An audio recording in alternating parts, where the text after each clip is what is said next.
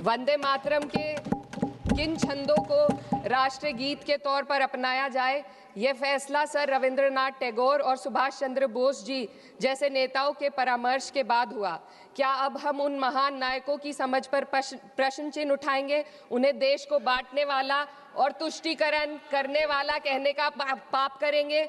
उन महान हस्तियों ने वंदे मातरम के उन छंदों को अपनाया जिन्होंने देश के हर वर्ग, हर धर्म के मानने वालों को एक सूत्र में पिरोने का काम किया। और मैं एक घटना आप लोगों के सामने रखना चाहती हूँ। वर्ष 1998 में उत्तर प्रदेश सरकार के मंत्री रविंदर शुक्ला जी ने स्कूलों में राष्ट्रीय गीत को गाना अनिवार्य कर दिया था, लेकिन तब के तत्कालीन प्रधानमंत्री अटल बिहारी वाजपेयी जी ने, जो उस समय लखनऊ के दौरे पर थे, उत्तर प्रदेश सरकार के इस फैसले पर नाराजगी जताई और यूपी सरकार ने राष्ट्रगीत को अनिवार्य करने वाले मंत्री को बर्खास्त कर दिया था। अब मैं सत्ता पक्ष से सवाल करना चाहूंगी।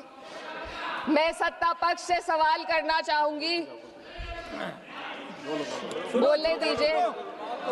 मैं सत्ता पक्ष से सवाल करना चाहूंगी कि जो विजन आजादी के समय के लोगों का था, राष्ट्रगीत को स्वेच्छा पर छोड़ने का, उसी का अनुसरण माननीय अटल बिहारी वाजपेयी जी ने किया, तो क्या वे भी मुस्लिम तुष्टीकरण कर रहे थे?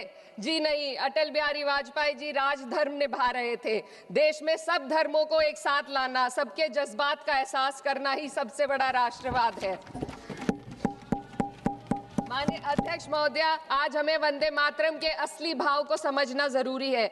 यह गीत तो देश के जल, जंगल, जमीन, हरियाली और निर्मल हवा की वंदना को समर्पित है। यह भारत की जन जन की मंगल कामना करता है कि भारत का हर नागरिक स्वस्थ रहे, सुरक्षित रहे और सम्मान के साथ जी सके। सुजलाम सुफलाम का अर्थ है, सुनिए, ऐसा देश जहां स्वच्छ और पर्याप्त जल हो, जहां नदियां जिंदा हो, बहती हो, जीवन देती हो। अध्यक्ष महोदय, लेकिन अब जरा यमुना का हाल देखिए।